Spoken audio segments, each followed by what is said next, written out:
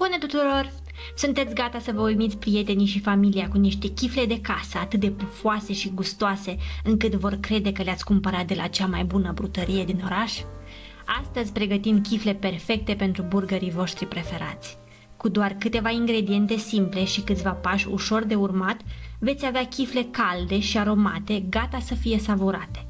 Chiar și dacă nu aveți experiență în bucătărie, veți reuși să pregătiți aceste chifle. Vă promit!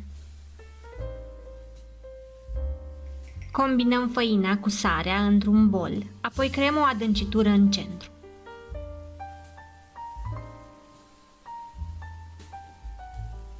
Aici vom adăuga drojdia proaspătă, zahărul și apa călduță.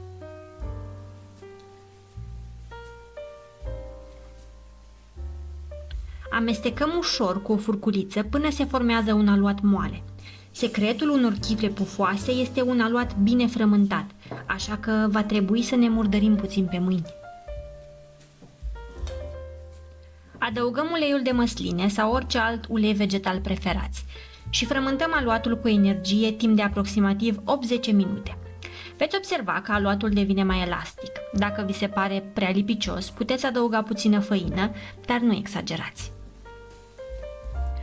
A prepara chifle sau pâine acasă aduce o mulțime de beneficii.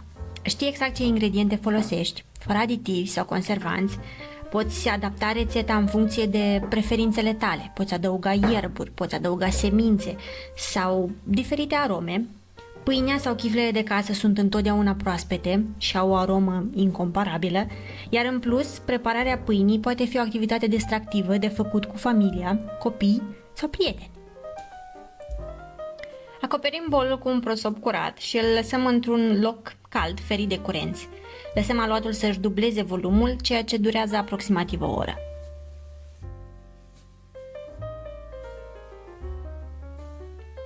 După ce aluatul a dospit și s-a dublat în volum, îl transferăm pe o suprafață de lucru pe care am presărat făină.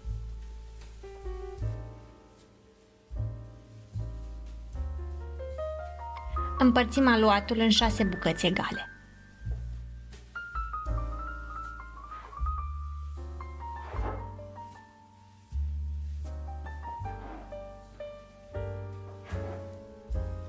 Acum vom încerca să dăm formă chiflelor. Strângem strâns aluatul și îi dăm forma unei bile. Fiecare bilă de aluat o vom așeza într-o tavă tapetată cu hârtie de copt.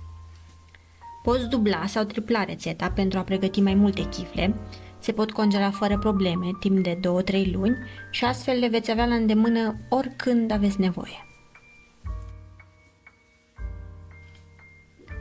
Le mai lăsăm să dospească încă 30 de minute acoperite cu un prosop de bucătărie curat.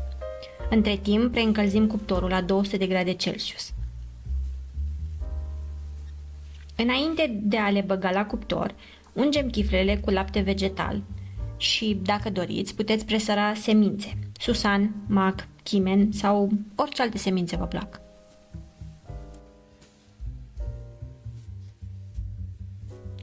Dăm chiflele la cuptor pentru 15-18 minute sau până se rumenesc frumos.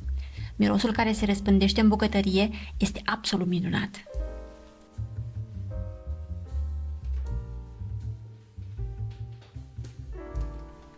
Chiflele noastre pufoase și aromate sunt gata.